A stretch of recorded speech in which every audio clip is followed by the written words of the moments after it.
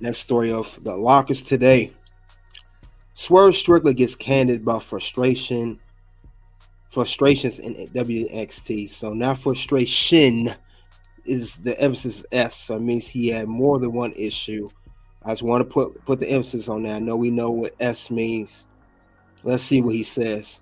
Swerve Strickland was part of WWE Fire Spring during the pandemic, which is back in 2020, obviously. When Triple H took over, he wanted Swerve back, but AEW already had him locked in the deal by that point. Now he's very happy in the land for All Elite, but he has to get off his chest about his former employer. Let's see what he says. Swerve Strickland barely scratched the surface of what he is capable of in WWE. Even with the implementation of Hit Row, they suck now. His time in NXT left has a lot to be desired as well, but he was game for anything that the company threw at him. When speaking with Chris Van Fleet, Swerve Strickland expanded on his time in NXT. He had a lot to say with way worse as well. And I quote, "So that was a process like frustration.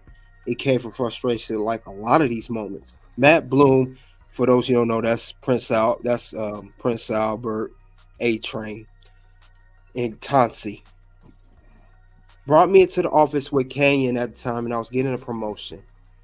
It's like I was like going up and paying stuff.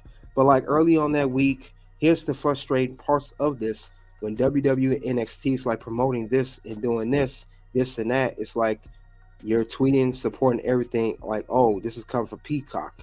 Yeah, we're doing this. Retweet it. Hey, this is the new show coming out. Yada yada. And we have promoted tweet yada yada and mass tweets and stuff like that. But then like when you like something, they'll say nothing, whatever. Like, okay, you're doing your job. But when you say something like unappreciated tweet, no context, just you just tweet unappreciative. So let's see what else he says. Highlight it.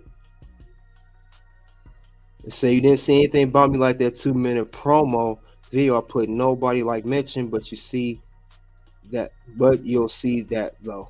So one of the things that I brought up in the meeting, I was like exactly what I say. I feel unappreciated. I feel like I could do more. Then y'all think I could do more. Like Kane was right there, the guy who can like fire me at this point. I was like, oh yeah, I have a year left here on my contract. And like I would like to make an impact on that time, because I have options I can do. He is really frustrated. Look what he's saying. I'm gonna get the most important parts. Yeah, He that say he that want me. sounds crazy, but I get it. I get what he's saying here, because it's like Yeah. working with your company. You could do a million good things, Mm-hmm. and they won't give you no credit, no recognition for it. But the minute you harp on something they're not doing, or you say something bad, then it's a problem. They'll highlight that and won't highlight the good stuff. So while he's on social media, I take it, and he's doing the positive things, they don't even care. They don't even look at it. He don't even know that they notice. But the minute he put how he feel on social media, they Yeah, jump all exactly. over him. That's exactly what it's saying here because he said he wants me in Shawn Michaels' class, you know, but they're not letting him do anything creatively. Like you said, he has to go with the flow. But as soon as he says something on there, it's a problem. And then they say you Yeah, got to that's earn crazy. equity.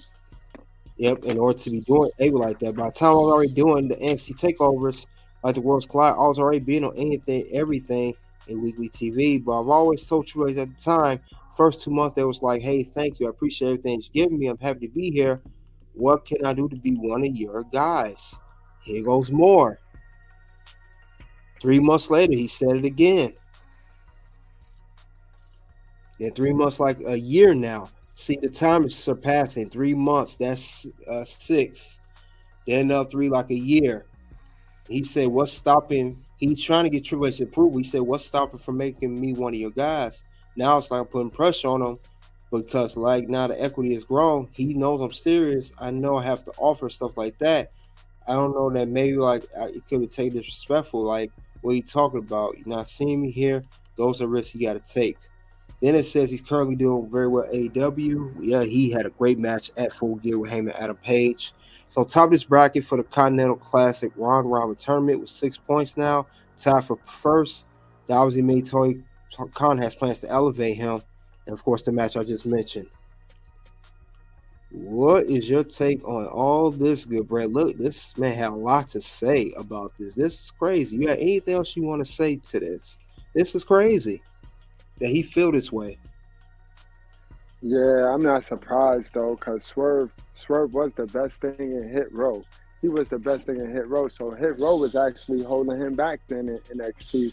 And then it's sad when Triple H know that you're the guy in your group, but he's not ready to do anything with you, so he bullshits you now. It sounds like they bullshitted him a lot. And I hate when they do that to talent, when they send the talent on a runaround, because it'll have you thinking that it's you.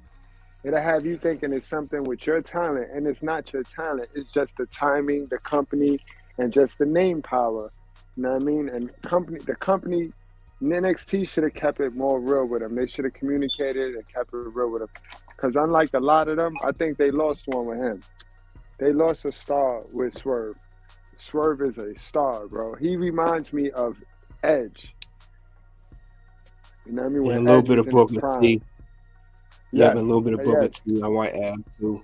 Um, I would agree because we could sit here and say Miro. We could sit here and say Brian Danielson, John Moxley, Claudio. We could say Malachi Black, Andrade. He is that one guy from AEW that does not need to go back to WWE. He's doing better in AEW. It's very few that can say that. We could add Moxley's name, but we know Mox is frustrated.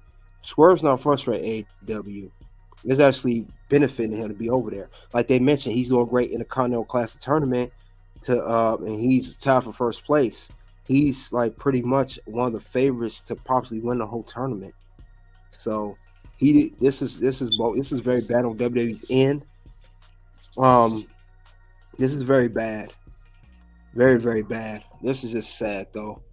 Um, I I I continue to wish Swerve Strickland the best in AEW, and hopefully I can see him become an AEW World Champion in the near future. If not, definitely win his tournament. But this is a big L for WWE. This is a loss that he's gonna have to eat. Man, He could have. this is one of the reasons why I love your channel, KDH TVK, is because you see how we just did the story on what was it? AEW's creative Hardys, being the crazy. Hardys. Right. Yep, the Now look, Hardys. without you taking any favoritism, you call it down the middle and you give us the news how it is. It's not just AEW creative. It's WWE creative too. Now we got a whole nother story where we have Strickland talking about NXT creative. So it's always Yes, like they said a long time ago, it's always going to be creative and money. The only time you'll see a frustrated wrestler is over creative and money. true. It's always one of those two reasons, unfortunately, but it's not benefit. It had been like you said it best. Hero held him back. He couldn't do nothing with that. With that NXT, he was pretty much going to be lost in the shuffle, and we see that now. And it's an unfortunate thing. Um, you got anything else you want to add to the story, good Brad? Because I'm just, yeah, I think it speaks for itself how frustrated he was. Nah, I'm just glad. I'm glad to see that he's speaking up and he's talking about it. And I mean, he didn't slam him, he didn't shoot him. He Nope. told the truth, and that's just how he feels. And I believe it. I believe it. And it's just crazy how they, like I said, how they sent them on a runaround. Shawn Michaels' office right there, and then they, if he would have went directly to Shawn Michaels, they would have looked at that as disrespect. But then to come to find out, they tell you like, oh, his office right there. You could have went in there anytime. That'd be cap. That'd be cap, bro. Like Swerve That's if said, they want to talk to you. He's exactly. unavailable. Can't If catch you're him. one of their Unavailable. guys. That's Yep. that's like Swerve said. When can I want to be one of your guys? I want to be Triple H and Shawn Michaels guys. Like clearly he noticed the favoritism, which is not supposed to be in the locker room. Any company that has clear cut favoritism is recipe for disaster. And I think that's how Seth Rollins.